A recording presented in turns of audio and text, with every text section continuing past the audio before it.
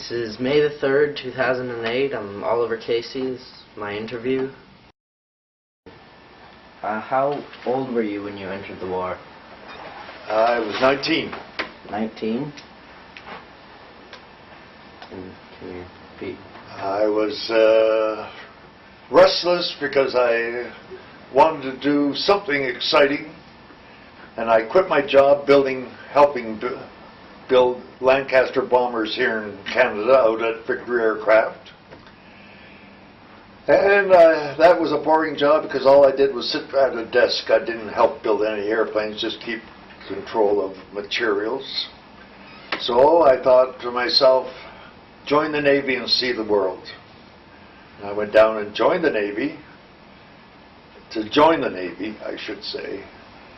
And I was too tall to work on ships because they want smaller men and shorter guys to be able to. At me, 6'2" or 6'3", wasn't going to fit down some of these stairways, and they'd give me a job with a truck on land, and I didn't want that.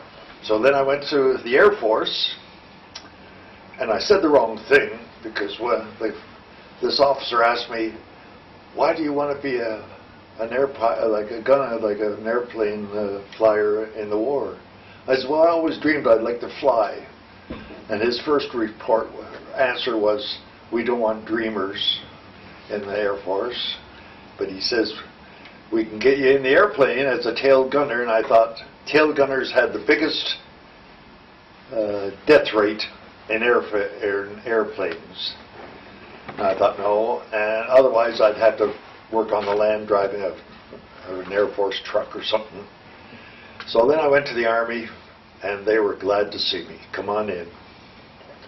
And so I signed up. Nobody else knew I was going to join up. I hadn't told my mother or anybody else. And that was down at Queen and Bay Street, where the Army recruiting place was. And the first thing I knew, they'd signed me up, and I signed on the bottom line. Or it's so long ago, I can't remember if I signed or what I signed. And they took us down to, they'd give us a medical. That was embarrassing because they stripped us down naked to check us all out.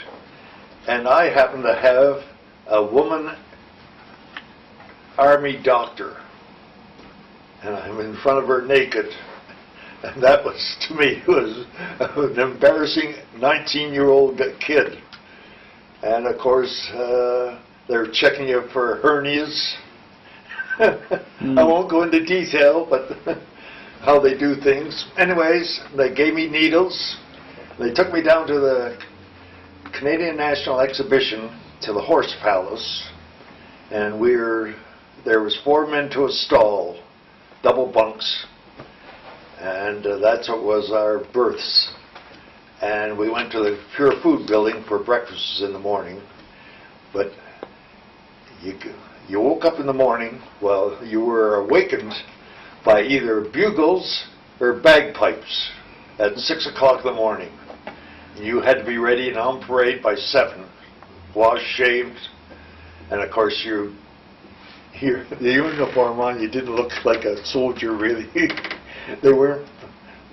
Didn't look neat. You didn't know how to dress or do your battle dress up. Anyways, we would have dinner. We were there for a couple of weeks. We ended up going, next thing we know, they tell us to go get ready, full pack, and they take us out, and they had a passenger coaches down at the exhibition on the siding there, and we piled all on. Now this is winter time. This is January in 43. I joined in 42, but we were at the exhibition for a month or so. We got on a train, and of course it pulled out, and it's a blizzard. We don't know where we're going. And we look out the window, and we could see the town of Barrie, going past Barrie. So we ended up, the train stopped at Orillia. We were on a regular passenger train, but these were coaches that were added onto the back of them. And we got off that train. The barracks this was CABTC, I think, Canadian Army Basic Training Center 28, Orillia. Now, from the railway station, we had to go up the hill. What did they call it?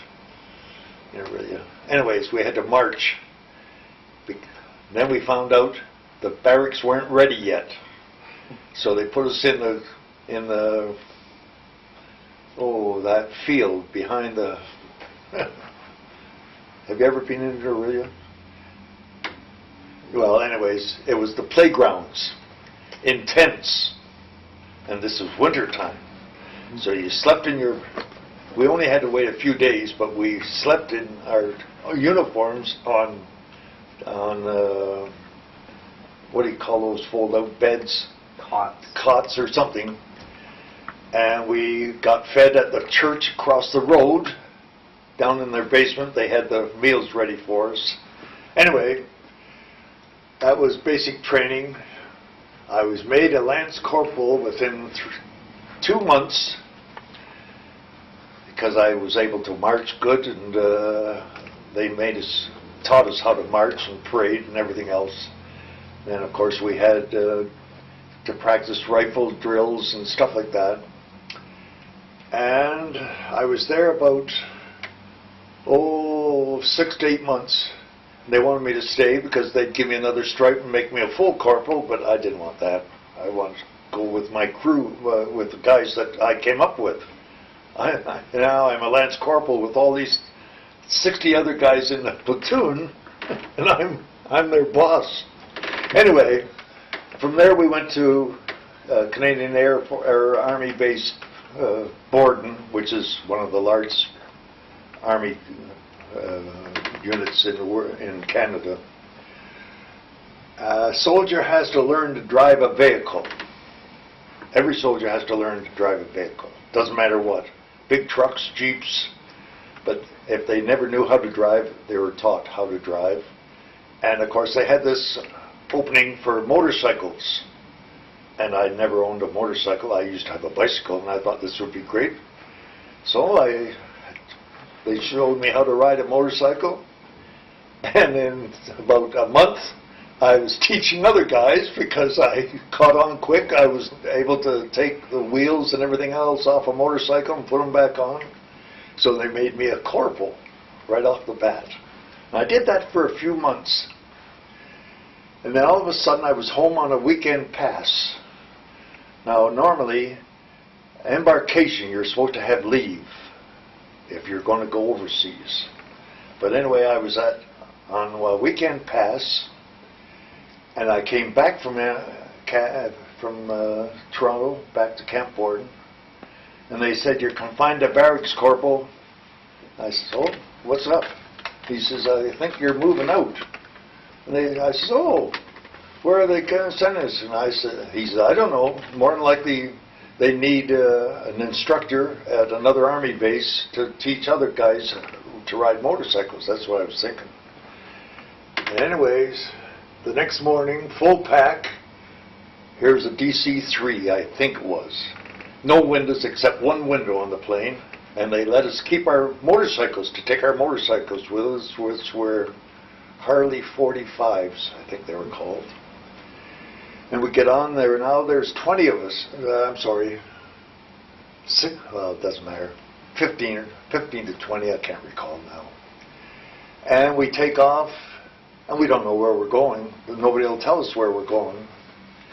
And this one little window, I happen to look out, and I can see water, and I said, "Oh, we must be going out the west coast, we're going over Lake Superior." Half an hour later, one of the other fellows goes up, and he says, "This Lake Superior must be a hell of a big lake because we're still over water." Little did we know we were going across the Atlantic Ocean. And we landed just outside of London because this regimental sergeant major, I could hardly understand him, the English brogue on him. He told us to stand to attention and everything else, and they were still unloading our motorbikes.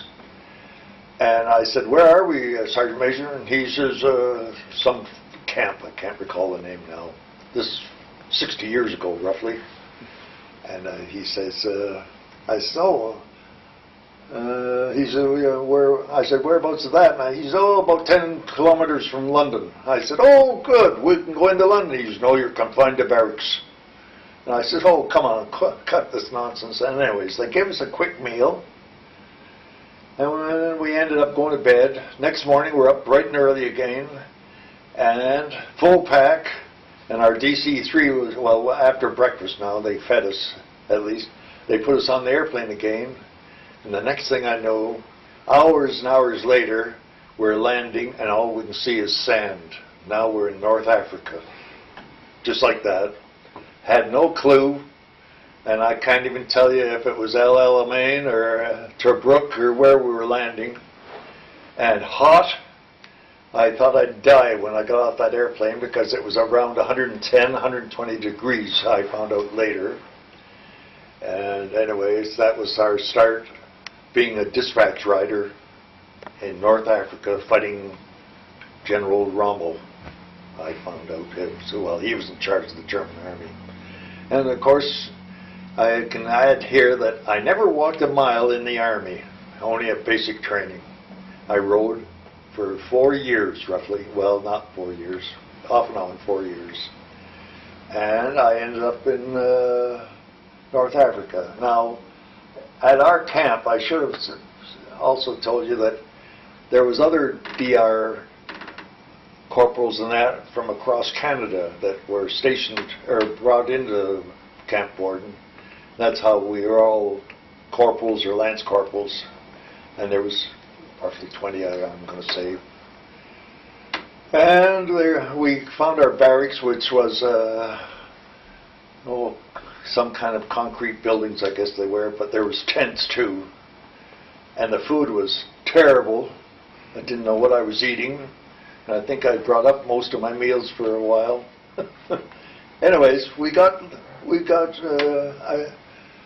I think it was the British Hussars we were attached to. Now, I wouldn't swear to that, but we were attached to that unit. And all of our job was delivering documents up and down the highways. Now when you're on the highway, it's fine because the breeze blowing by, you didn't feel too bad. Now we weren't in long army clothes, we were in shorts actually. And it was nice breeze as long as you were moving, but as soon as that motorcycle stopped, it was like a hammer hitting you with heat. They also, in the first 3 months, there was 4 of us from Camp Borden. These other 3 corporals and myself, instructors. I lost the whole 3 of them inside of 3 months. Germany had a bad, way of handling motorcycle riders. They put piano wire across the highways. Now, I'm not going to go into detail what happened, but well, I might as well say they were decapitated, really, because you couldn't see the wires. And I was fortunate that I never came to one until it took them about 2 or 3 weeks after the 3rd one. Well, the other fellows had been killed, but they were moved on to others. The 4 of us were together at this, I can't even pronounce the little camp that we were attached to. But actually the 3 of them were killed within 2 or 3 weeks. Now it took 3 weeks for them to come and weld a metal bar on our forks, front forks. And in the next 3 or 4 months I broke 3 wires, I know myself. I hit the wires and it just went off like a cannon, like a zing! And it almost sounded like maybe a bullet flying. But you knew you'd hit wires because there was some tension to it, but they broke the wires. And this was near the end of the battle in North Africa, because within about 2 months, that's when they had the big battle at El Alamein, when Rommel gave up. But I'll never forget that 24, 48 hours. They had 1,500 approximately tanks firing constantly, army tanks shooting shells. We had big guns at the back, I forget what they all called now, big Berthas or whatever they were, big guns. And of course the Germans were firing at us. And I was 5 miles back at least. I don't know how many miles. But that sky was lit up like as if you had 1,000 fluorescent lights going all the night. The whole night was lit up like daylight, and all you could hear. I heard later that about 10% of the fellows in where all the firing was going went deaf from the noise of the cannons. Now that's hearsay. I have no proof of that. But I could hear it 5 miles away as if it was across the street, the guns, the noise of them. And of course, as I say, we won the Battle of North Africa. We stayed around for a couple of months before they were ready to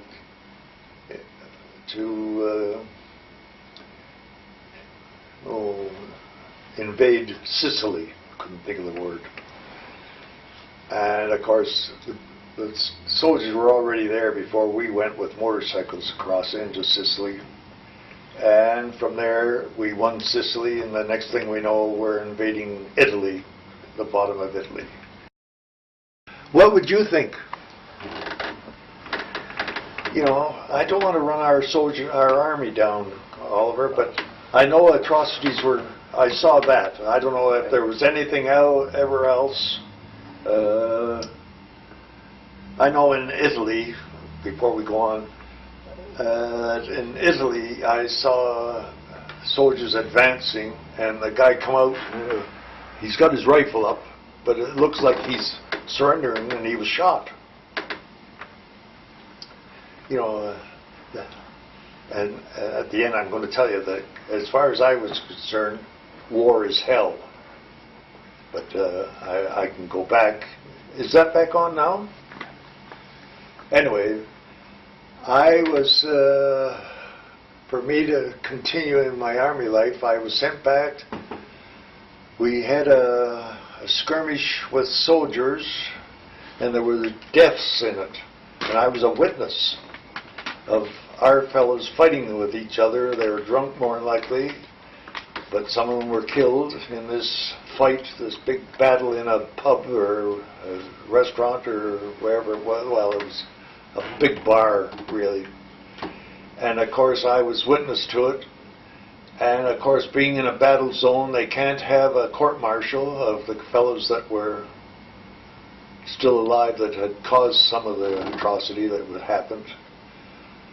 So they sent us back to England, and England didn't want us because they were too busy with court-martials in England. And then I was sent back to Canada with everybody, witnesses and all. My motorcycle came with me.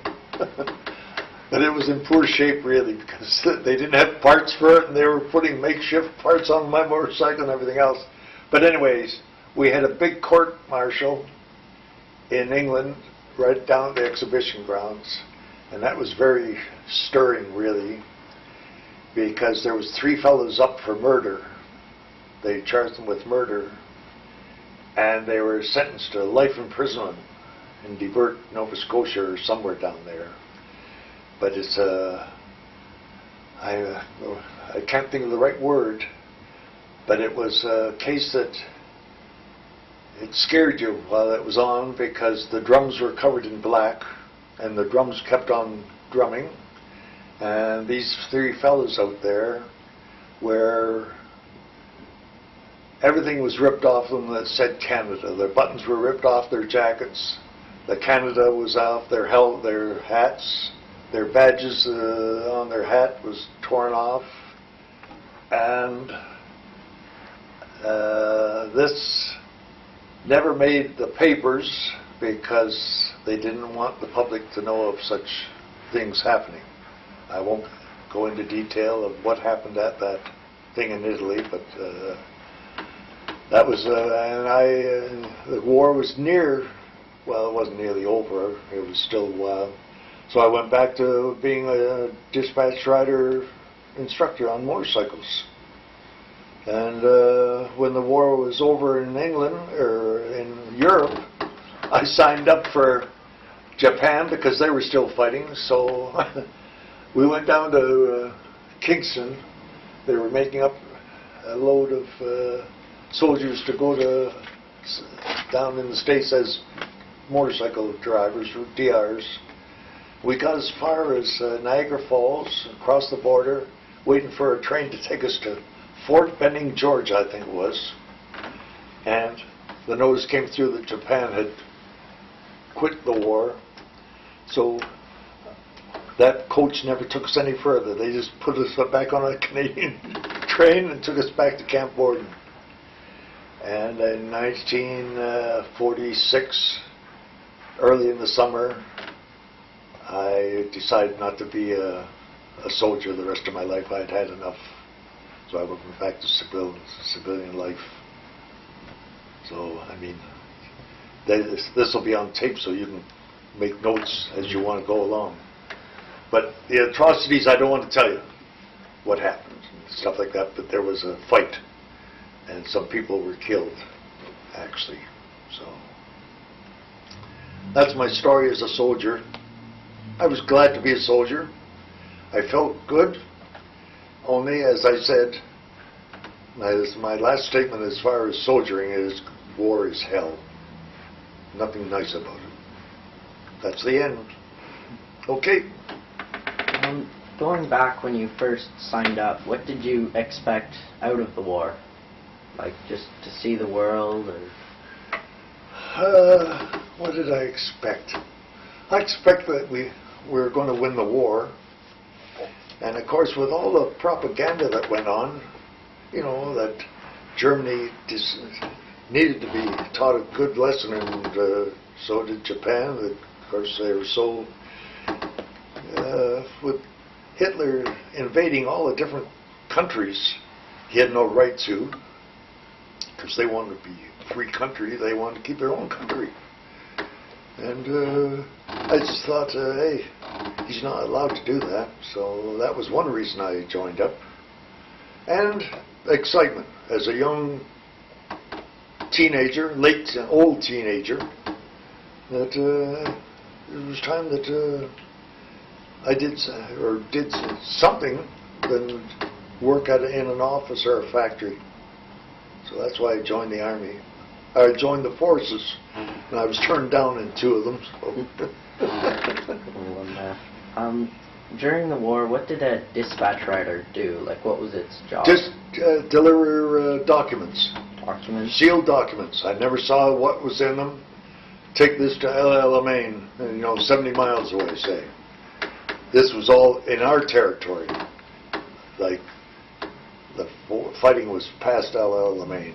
That was the main place, back to El Alamein and to a brook. But there was a lot of other camps that we had notices on,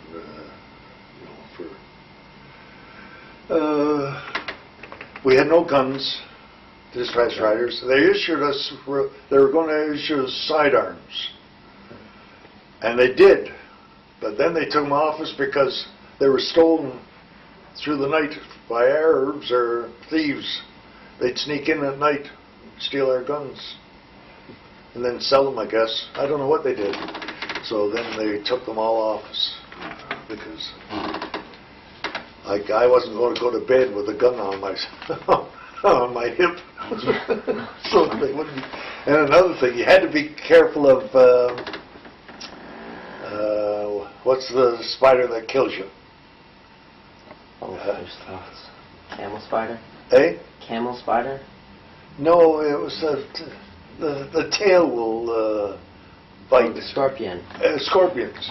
You had to clean your shoes out every night in the morning. Right. Because you didn't know what you put your foot in.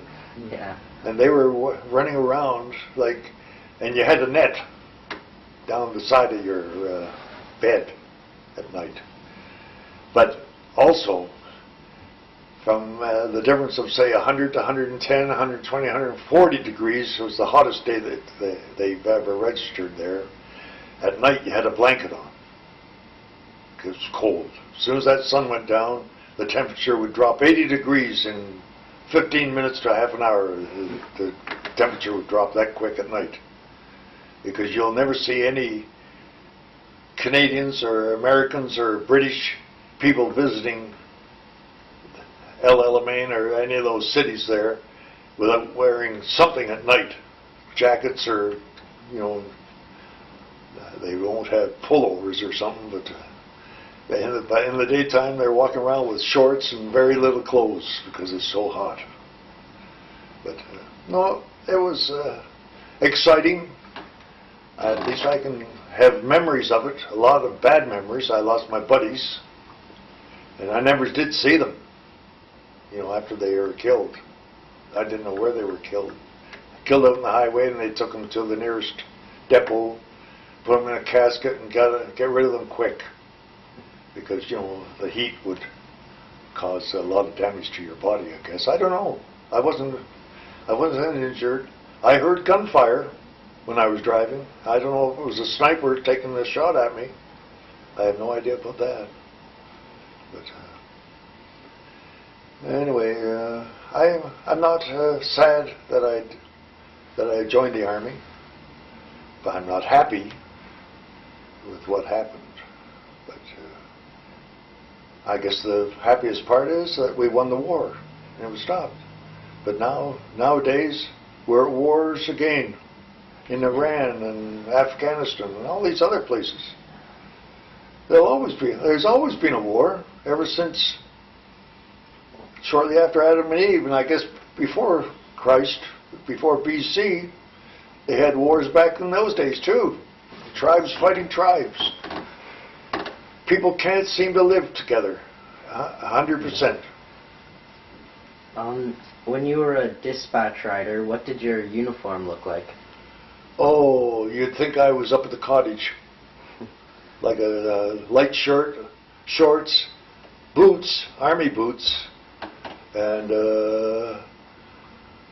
I had socks on, you know, but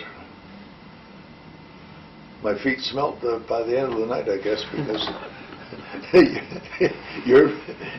you had thick socks, army socks on boots, you know. You didn't have little slip-on sneakers or something to dry.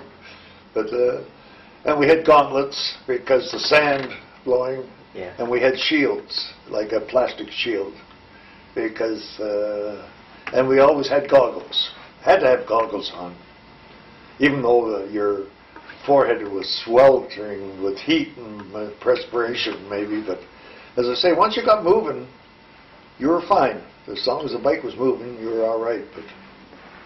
But you see people now, if they have show on your TV of people in Algeria or any of those countries down there, you know, they've got clothes on, so right. They'll be very light clothes, but you don't see them with mufflers on or heavy sweaters. But did you wear like a helmet or a hat or something? You had to have helmets. We always had to have helmets with goggles. Have you ever been back to North Africa? No. After the war? No. I have no. Oh no, I shouldn't say that. It's wrong. We, my wife and I, and a bunch of people from this Bible class had a cheap holiday. We had to fly to. I used to know the name of the town on the Mediterranean, to pick up this ship, a cruise ship, and bring it back for the Mediterranean, or like from the Mediterranean to the Caribbean. And on the way back, we stopped at Gibraltar, was one of our stops. Then we went across to Casablanca, and we went through, what's that famous,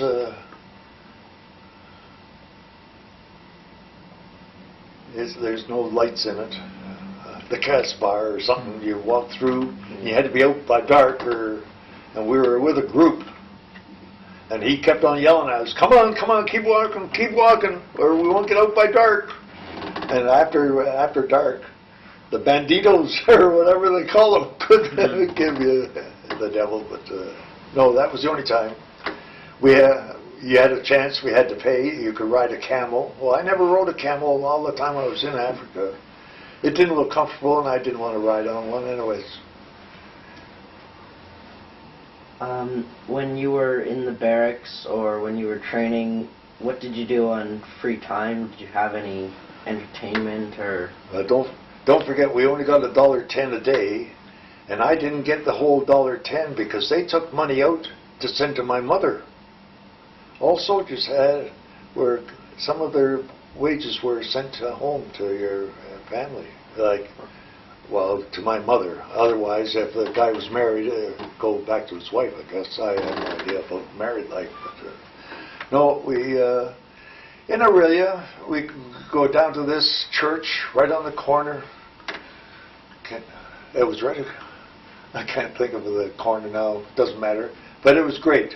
There was women there, and you always had sandwiches and hot coffee, and I think it was Kick Cola back in those days, K-I-K Cola, because it was cheap that they gave us, but it was still Coca-Cola. It was maybe only a nickel, but this Kick Cola was 8 cents for a big bottle of Kick, and you had to pay a nickel for the deposit. I can always remember, but no, you got paid twice a month. Not in Africa, you didn't. I didn't know how much money I was making. I never did get any money in Africa. It was all in whole because we were the only Canadians that I know of that were in Africa. Were these dispatch riders, because the others had been killed or shot and they were running short. Oh, I don't know how many. I can't remember if it was. It's so long ago. Might have been only 10 on that airplane. But it was between 10 and 20. I know there was at least 10 of us. But as I say, that's over 60 years ago now. Anyway, no. As I say, I'm proud I've been in the Army, served in the Army. It was funny going through basic training and advanced training. You had to learn how to march. You had to learn how to the Enfield rifles, and don't dig your toes in. I'm going to fire an anti-tank rifle, and he's telling us what to do, and he picked me because I was the biggest, of course. Anyways, they had a target, 300 yards away, maybe more, and I'm looking through the periscope, or whatever you call it, and he said, now, what to do is take a deep breath and hold it. And then squeeze, don't pull the trigger, squeeze it. And then I finally squeezed it, and the flame come out at the end of this long rifle, the anti-tank rifle. But I hit the tank down there. But, I have one bad eye. But this eye was my shooting eye. It was all right. But, no, it was funny. And also, another thing I should tell you, when I learned to ride a motorcycle, they put on, I was an instructor by now, and we had to put a show on for these officers. Wanted to see dispatch riders what they did. And they put planks across these little ravines, planks. The plank looked as if they were only 4 inches wide. I think they were 2 feet wide, but we had to go across there at 50 miles an hour, hit that plank and go across. I used to think, well, what the hell are they trying to prove here? And then we had to lay down a bike, that something was ahead of us, and we had to learn how to slide under and tip the bike and go slide along with the bike. Later on, we found that they were all psychiatrists. Figuring, it's very strange. And I thought, isn't this great to teach a soldier to get in to maybe hurt himself just for a bunch of officers. But I don't think any of us missed that flank. But I enjoyed it. Now, as far as fun goes, I should also put this in. At night, from Camp Borden, we would get our officer to sign our CPMSs, and that's Canadian Preventative Motor Service or something like that. And he'd sign the bottom. That meant that we could go out at night driving. Now this was supposed to be military. But we'd race up Highway 11 to Aurelia and go to the dance in Champlain Park in Aurelia. I think it's Champlain Park down in the Ridge. And we used to go dancing there. And of course, soldiers, hey, there's lots of girls there, so we were dancing. And then we raced back to Camp Borden because it didn't say that you had to be back in camp anytime. But it was being young, and we were all young, but some of them were full corporals that taught us how to ride.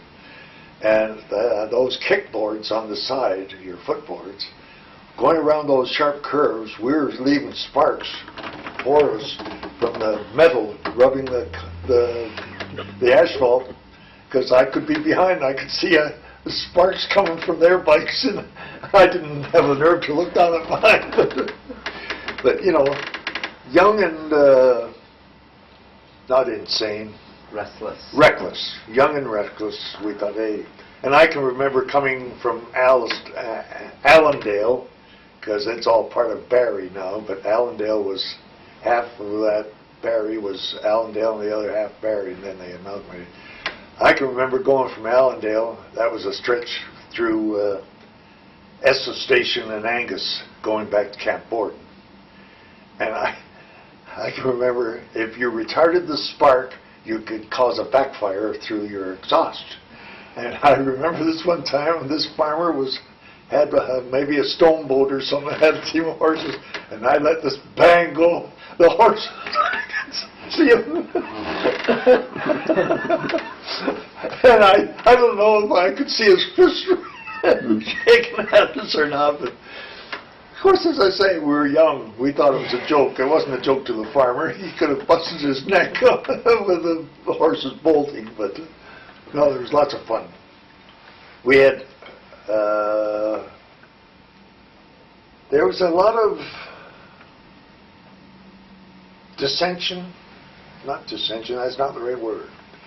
Anyways, when I was a corporal in Aurelia, I was the orderly corporal that day, and they called us and the orderly officer and a dozen men to get on a truck, and we had to go to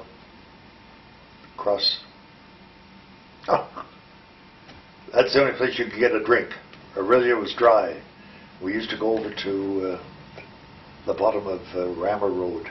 Can't even think of the name of the hotel now. Well, there was Frenchmen there and English guys, and they rioted. They had a small riot. They were breaking glass and going at each other. Some of the guys were hurt, but we were acting military police. We weren't military police, but we were all sworn in as military. I don't know. I don't think we were sworn in, but we had to go. But that was, I can remember that night, and I thought, good Lord, here we are, Canadian soldiers fighting each other. But they were drunk. They were all drunk. I don't think nothing happened except the general, or the OC, I forget his name. It was another funny thing happened. These are funny things. I was going from camp headquarters up to Remy. That was my unit, Royal Canadian Electrical Mechanical Engineers then. And I was riding along, and this car coming behind me, or this automobile, tooted his horn, and of course, I'm just sauntering back to my unit, and I put my hand out to wave, come on past me, I'll pull over. And the horn honked again, and I waved again, and then the next thing I know, this great big green Lincoln, or Buick, or Cadillac, painted green, had flags flying on it. This was General Worthington, the camp top guy. And what he was thinking me, like I have a large head. The helmet fitted, but the straps didn't go up. And of course the flaps were waving as I was riding. Now I had gone to the ordnance, which was part of Remy, to get an extension, like a new strap, or an extension, 2 or 3 times. Anyways, he pulled up and he says, "What unit are you with?" And I said, "Remy, sir." He said, "Take me to your unit." So I went ahead and he followed. We drove right in, past the guards for the unit. And I started to go across, and he honked, because I was going to go. I to my sergeant, like the driving compound. He wanted me to take him right to the major in our unit in charge of Remy. Anyways, he yelled, "Follow me!" Of course I followed him. And we had great big Quonset buildings because this Remy and ordnance repaired Army tanks, and there could be 20 tanks in there roaring, you know. Their guys all have earplugs and masks, but they have the pipes, the hose, taking the exhaust out, but anyways. And of course, our major happened to be just coming out of one of these big Quonset buildings. And of course, the car pulled up, and of course, the major walked over, and the general got out. And I'm riding my motorcycle, and I'm coming towards them, and I can see the major facing me, and he's shaking his head, you know, in other words, "Beat it, Ken, beat it. This is the general, don't bother us."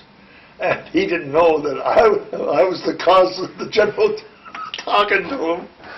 Anyways, I got off my bike and walked towards them, and I got up close. And he was saying, Major, he knew his name, Major, whatever it was, I can't recall. He's, "Do you allow your motorcycle drivers to go around like this?" And he waved his arm to just hit the straps. Now, I'm not going to tell you what happened until we're finished, but anyways, and of course, my major says,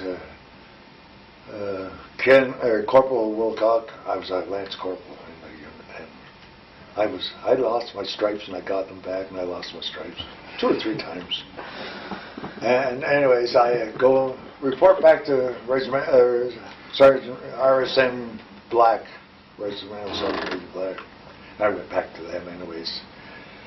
And of course, and I will tell them that you're under open arrest. Anyways, but they dropped it because I told the major, I said, "Major, I've been there 3 times. I can swear to it. I can tell you the different officers, or the sergeants, or quartermasters." And of course, he sent it right over. He said, "You go, when you leave this office, go over there right now. I'm phoning them. And you sit there and wait until they put a strap on now. I don't care what they're working on." But that was one of the times that... And I said, I happened to say to the major before I was, and RSM Black was there, and I said, "By the way, Major, could I lay a charge against him?" The general, he's, "Why?" "Because when he went like that, he hit me. It touched my skin. He didn't hit, you know, like I didn't, but he touched me, you know." And I've got about 10 or 20 witnesses at the Quonset guys, because they're all out at the doorway wondering, why is the general here? And they look at him, he's swinging at Wilcock. As I say, I could write a book sometimes of things that happen. And they said, "Do you want to go to the Northwest Territories as being the only soldier in a hut out there?" Because that's where you'll end up. Because he did, the major actually saw the guy touch me, but you know, that was, it didn't hurt me.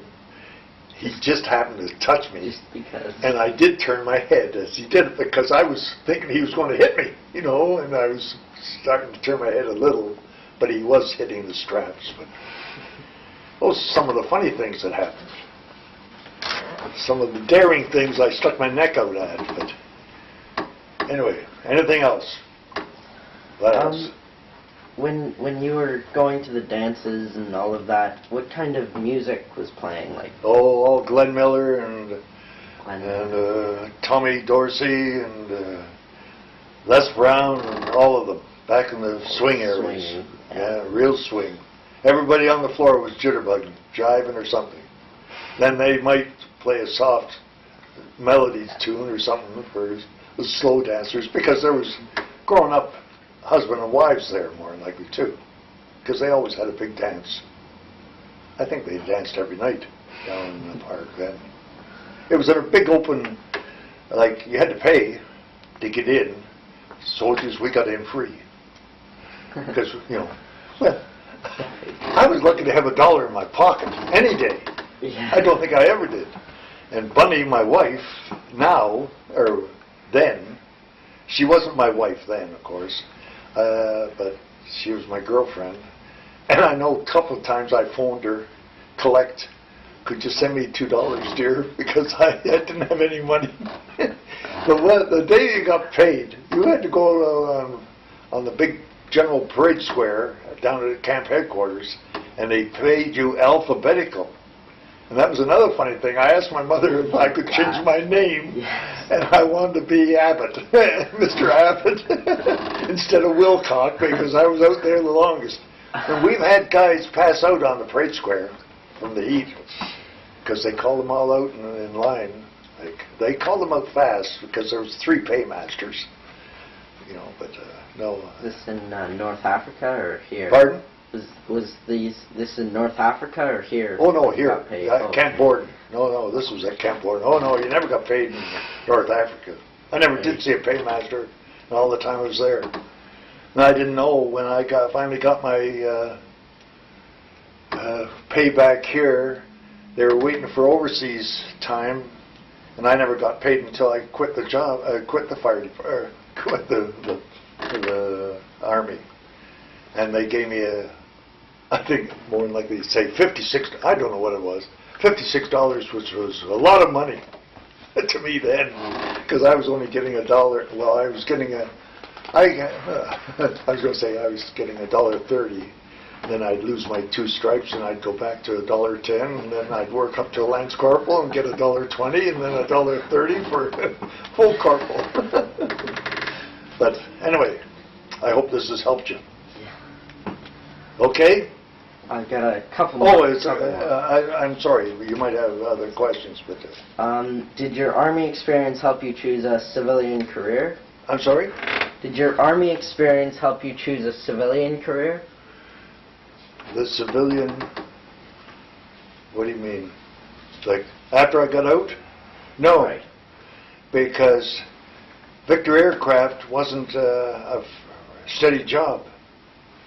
Like, most companies back in those days had to guarantee if you were called up. If you volunteered, no. But if you were called up because your name came up, they had to guarantee your job when you came back.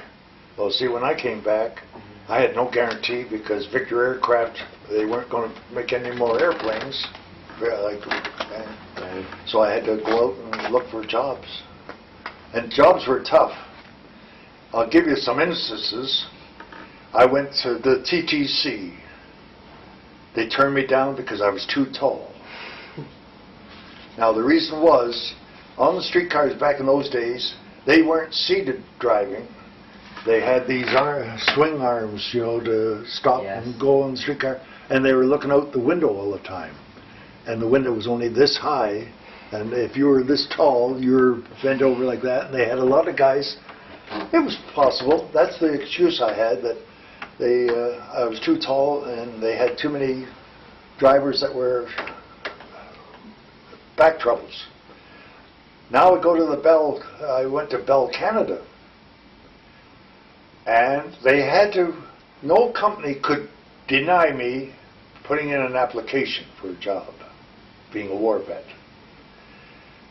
Bell Canada had me write this exam, and it would be, they'd show a picture of a hammer and they'd give you 3 answers. This is a screwdriver, a hammer, and a pair of pliers. And you ticked off whatever. A lot of questions were silly, a lot were, and they said that you had a half an hour or whatever it was, and you might not be able to finish it. Anything you're not sure of, bypass. Well, I wasn't an electrician. So when it came to all wires, like relay bulbs or something, I just skipped it and went on. And I failed because I failed my electrical part.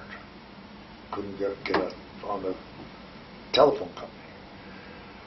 The other job was the police department, and not that the other guy, I don't know why I was number 1. I answered all the questions and did this and I did that.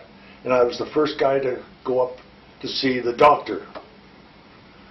And the doctor, he's hitting my knee to see if I have reflexes and checking this. And then it came to eyesight. And and I was able to read everything on that thing. And this eye, you know, I could see the E, the C, the D, but you had to go down about 6 lines. I said, good. And he says, oh boy, well, come on over to the window. And I went over to the window, and he says, what's that license number? I said, I can't see it, doctor, even with my good eye. And of course, my future father-in-law was a detective sergeant. And when I told him, like, he wanted me to have a good job. When I asked him that I'd like to marry his daughter, he said, the job I had wasn't fit. I was a driver for Berkshaw's Dryry, delivering jewelry, making $18 or whatever it was. I asked for a raise. One time they gave me $1. That made it $19 a week. But anyway, that's beside the point. But he was mad because Dr. Brown, or whatever the doctor's name was, he said, you should have asked him, you tell me what the license number, because he wouldn't be able to see it. But I said, anyways, I couldn't get on.